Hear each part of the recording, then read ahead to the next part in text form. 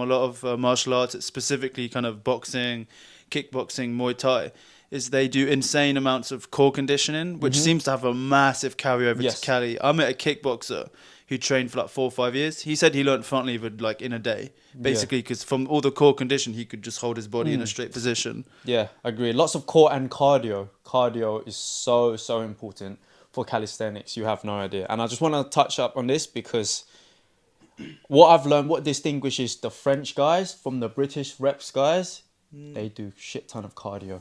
That's the hidden secret. Let's dive into this a bit more, because I mean, everyone says cardio is like counterproductive for Cali, but you're saying the opposite. I'm saying the opposite because you know what are the French guys? Flo, Marek and all them. Like SWAT team. Yeah. The SWAT team, right?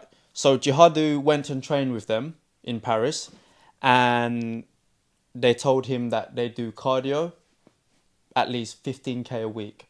And it makes sense because if your cardiovascular endurance system is much better, you're able to disperse lactic acid much more when you're breathing, when you're going through solid reps, and therefore you can last longer on the bar. Which is why you see athletes like Michael Keisha gassing out when he versed against Flo in the calisthenics competition, is because they all do cardio and Michael don't.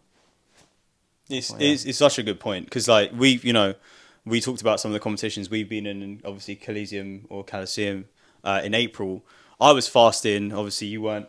But one thing I noticed, because it was max reps in a minute and it was back to back to back. So it was weighted pull-ups. It was weighted muscle-ups.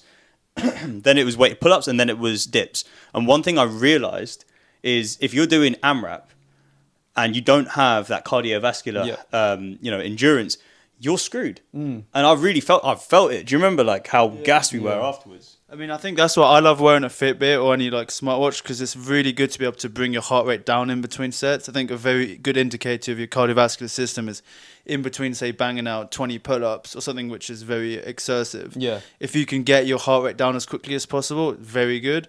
One thing worth noting, I think the literature out there is pretty solid on if you're going to do kind of strength training and cardio, you want to at least leave like a 4-hour window in between the two. Preferably do your strength training first, then do your cardio, say, late on in the evening, or maybe cardio early in the morning.